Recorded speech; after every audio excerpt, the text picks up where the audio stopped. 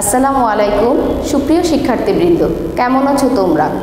Banasree national ideal কর্তৃক আয়োজিত BNIS home স্কুলে তোমাদের সকলকে স্বাগত জানাচ্ছি। আমি কাজী মর্জিনা, সহকারী শিক্ষক জীববিজ্ঞান। আজকে আমি তৃতীয় শ্রেণীর শিক্ষার্থীদের জন্য তোমাদের প্রাথমিক বিজ্ঞান বইয়ের অধ্যায় 7 খাদ্য অধ্যায় থেকে পাঠ 2 সুষম খাদ্য নিয়ে আলোচনা করব। চলো তাহলে আজকে আমরা আলোচনা চলে যাই। আচ্ছা, প্রথমে সুষম খাদ্য থেকে আমাদের জানতে হবে সুষম খাদ্যটা কি। আচ্ছা, তাহলে সুষম খাদ্যটা কি? তোমরা আগের পাঠে তোমরা কিছু উপাদান সম্পর্কে জেনেছো যে খাদ্যের মধ্যে 6টি উপাদান বিদ্যমান। 6টি উপাদান কি? খাদ্য উপাদান বিদ্যমান। এই 6টি খাদ্য উপাদান কি কি? আমিষ, শর্করা, স্নেহ, ভিটামিন, খনিজ লবণ এবং পানি। এই যে 6টি খাদ্য উপাদান, যে খাদ্যের মধ্যে খাদ্যের এই 6টি খাদ্য উপাদানই বিদ্যমান থাকবে তাকে আমরা বলছি কি? সুষম খাদ্য। তাহলে চলো সংজ্ঞাটা কি হয়। তাহলে সুষম খাদ্যের যে সকল খাদ্যে দেহের প্রয়োজনীয় সকল খাদ্য উপাদান পরিমাণ মতো থাকে তাকে সুষম খাদ্য বলে। অর্থাৎ খাদ্যের 6টি উপাদান বলতে খাদ্যের যে মধ্যে যে 6টি উপাদান বিদ্যমান থাকবে সেই খাদ্য উপাদানগুলোর কথাই এখানে বলা হয়েছে। অর্থাৎ আমরা যে খাদ্যগুলো গ্রহণ করি সেই খাদ্যের মধ্যে যে খাদ্যে এই খাদ্যের 6টি উপাদান বিদ্যমান থাকবে সেই খাদ্যটাকে আমরা বলছি কি? সুষম খাদ্য। আর এই সুষম খাদ্যটা আমরা একটা খাদ্যের মধ্যে কিন্তু খাদ্যের 6টি উপাদান একত্রে পাই না। সেই কারণে কি কয়েকটি খাদ্য একসাথে মিলিত হয়ে যে একটা সুষম খাদ্যটা তৈরি করা হয়। এখন দেখো কিভাবে সুষম খাদ্যটা হচ্ছে, সেরকম একটা আমরা খাদ্য তালিকা তৈরি করতে পারি তোমাদের বোঝার সুবিধার জন্য যে সুষম খাদ্যটা কি এবং সেটা কিভাবে আমরা একটা নির্দিষ্ট খাদ্য তালিকা তৈরি করতে পারবো। সেই জন্য আমি এখানে একটা ছক তোমাদের দেখিয়েছি। তোমরা খেয়াল করো, এখানে কিছু খাদ্যের উৎস দেয়া আছে। খাবারের উৎসগুলো কি? প্রথমে দেখো এখানে আমিষ আছে, আমিষ জাতীয় কিছু খাদ্যের নাম দিয়েছি। শর্করা জাতীয় কিছু খাদ্যের নাম এখানে দেওয়া আছে। দুগ্ধ জাতীয় কিছু খাদ্য এখানে দেওয়া আছে শাকসবজি এবং কিছু ফলের নাম। আচ্ছা, এই যে খাদ্যের যে উৎস আছে এই উৎসগুলো থেকে খাদ্য নিয়ে আমরা রাতের খাবারের জন্য একটা সুষম খাদ্যের তালিকা আমরা প্রস্তুত করব। দেখো তোমাদের বোঝার সুবিধার জন্য আমি এখানে একটা ছক খাদ্য তালিকা তৈরি করে এনেছি। তোমরা যে কোনোটা নিয়ে তোমাদের পছন্দ অনুযায়ী এখানে খাদ্যটা নিয়ে তোমরা এরকম একটা খাদ্য তালিকা তৈরি করতে পারবো। সেটা হতে পারে দুপুরের খাবারের তালিকা অথবা রাতের খাবারের জন্য একটা সুষম খাদ্যের তালিকা তৈরি করতে পারো। দেখো এখানে খাদ্য তালিকাটা কিভাবে আমি তৈরি করেছি। দেখ এখানে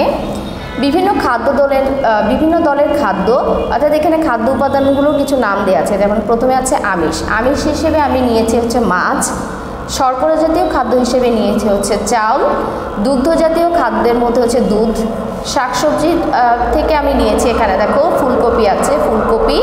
আর ফল হিসেবে যেহেতু আমরা বর্তমানে আমাদের গ্রীষ্মকালীন সিজন চলছে, গ্রীষ্ম ঋতু চলছে, সে কারণে আমাদের আমটা আমরা খুব সহজে পেয়ে থাকি। সে কারণে ফল হিসেবে আমি আমটা এখানে নিয়েছি। তাহলে এখানে দেখো খেয়াল করে তোমরা যে প্রথমে এটা যদি আমাদের সম্পূর্ণ রাতের খাবারের একটা তালিকা হয় তাহলে দেখো প্রথমে মাছ যদি আমরা খাই, মাছের মধ্যে আমরা আমিষ পেয়ে থাকি। চাউলে অর্থাৎ ভাত যেটা খাই, চাউলের মধ্যে শর্করা উপাদান থাকে। দুধের মধ্যে আমাদের চর্বি বা স্নেহ জাতীয় পদার্থ থাকে। আচ্ছা, কিছু পরিমাণ পানিও থেকে থাকে এখানে। শাকসবজি থেকে আমি ফুলকপি নিয়েছি, অর্থাৎ ফুলকপিতে আমাদের খনিজ লবণ এবং পানিটা প্রচুর পরিমাণে কিছু পরিমাণে থাকে এবং আমে ভিটামিন থাকে। তাহলে দেখো আমাদের যে খাদ্যের 6টা উপাদান, এই খাদ্য তালিকা আমি যে তালিকা তৈরি করেছি এই খাদ্য তালিকায় সবগুলো উপাদান এখানে পাওয়া যাচ্ছে। তো এইভাবে আমাদের একটা সুষম খাদ্যের তালিকা আমরা তৈরি করতে পারি।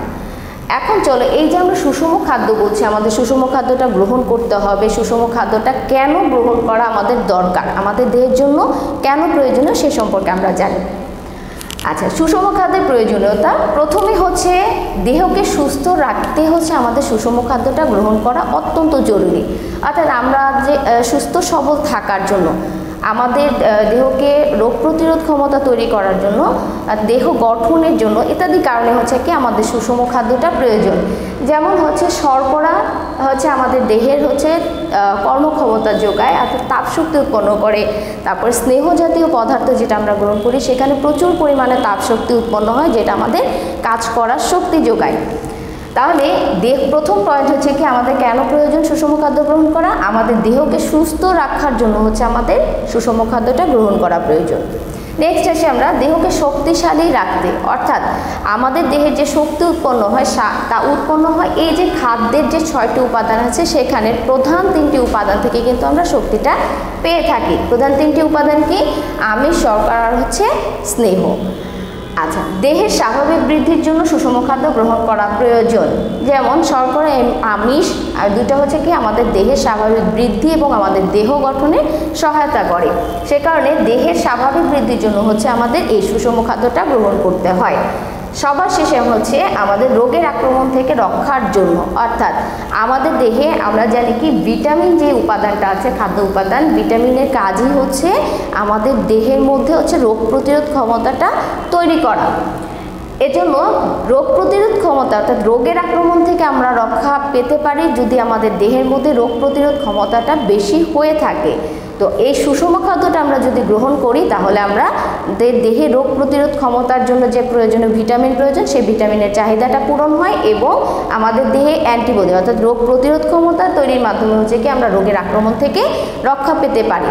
তো এই কারণগুলো তাহলে এক কথায় আমরা বলতে পারি আমাদের দেহকে সুস্থ রাখা, শক্তিশালী করা, দেহের গঠন, দেহের বৃদ্ধি এবং দেহকে রোগ প্রতিরোধ ক্ষম রাখার জন্য হচ্ছে আমাদের সুষম খাদ্যটা গ্রহণ করা অত্যন্ত জরুরি।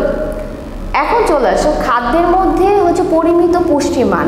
একটা খাদ্যের মধ্যে হচ্ছে কি পরিমাণ পুষ্টি প্রয়োজন হবে এবং কত বয়সের ব্যক্তিদের হচ্ছে কতটুকু খাদ্য এই পুষ্টিমানটা প্রয়োজন হবে সেটা আমরা নির্ণয় করতে পারবো। হচ্ছে এই পুষ্টিমানটা কিভাবে নির্ণয় করতে হয়, এই প্রয়োজন কিভাবে আমাদের যে কোন বয়সের ব্যক্তির বা কোন কাজে কিভাবে কতটুকু পরিমাণ পুষ্টিমান প্রয়োজন হয় সেটা আমাদের পুষ্টিমানটার উপর নির্ভর করে।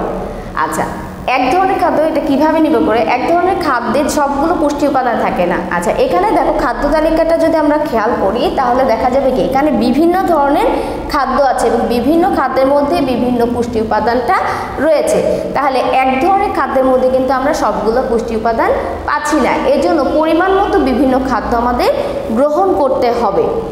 আবার একটা জিনিস তোমাদের মনে হতে পারে যে এই যে খাদ্যগুলো আছে এখানে হচ্ছে হয়তো দামি যে খাবারগুলো আছে সেগুলোতে হয়তো পুষ্টিমান বেশি হতে পারে, যেগুলো কম দামি খাবার আছে সেখানে পুষ্টিমানটা কম হতে পারে, কিন্তু এটা আসলে ঠিক না। কিন্তু কম দামি খাদ্যের মধ্যেও কিন্তু সমপরিমাণ পুষ্টি উপাদান থাকতে পারে যেটা বেশি দামি খাদ্যের মধ্যে আছে। আচ্ছা, তাহলে আমাদের ওখানে দামের এখানে কোনো ধরনের তোমাদের প্রভাব ফেলবে না যে আমরা পুষ্টি কোন মানগত যে খাদ্যটা নির্ধারণ করব। আচ্ছা, এছাড়া আরেকটা সবচেয়ে গুরুত্বপূর্ণ বিষয় হচ্ছে যে বয়স, কাজের ধরন, দেহের বৃদ্ধি ইত্যাদি বিবেচনা করে হচ্ছে প্রয়োজনীয় পুষ্টিযুক্ত খাদ্য নির্বাচন করতে হবে।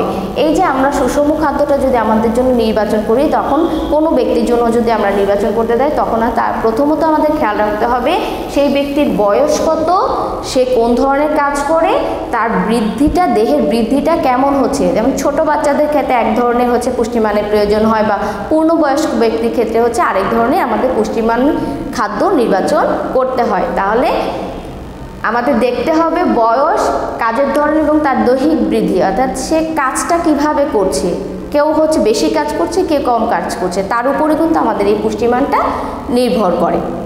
তো প্রিয় শিক্ষার্থীবৃন্দ, আশা করি তোমরা এই সুষম খাদ্যটা কি সেই সম্পর্কে আজকের আলোচনা থেকে একটা সুস্পষ্ট ধারণা লাভ করতে সক্ষম হয়েছে। তোমাদের বইয়ের মধ্যে দেখো সংক্ষিপ্ত একটি প্রশ্ন আছে যে সুষম খাদ্য কেন গ্রহণ করতে হয়।